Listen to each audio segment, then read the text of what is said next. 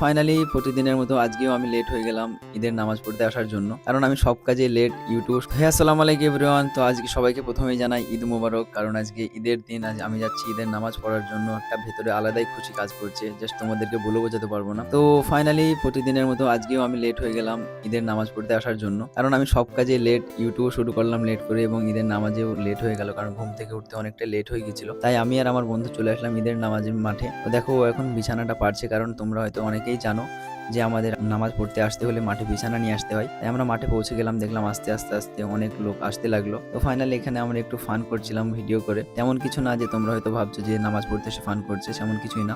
তো ফাইনালি আমাদের নামাজ পড়া কমপ্লিট হয়ে গেছে, এখন আমরা বাড়ি যাওয়ার উদ্দেশ্যে রওনা দিচ্ছি। তাই আমার বন্ধু বিছানাটা ওখানে ভাঁজ করছিল, তো আমি এদিকে বন্ধু বান্ধবের সাথে দেখা সাক্ষাৎ করছিলাম।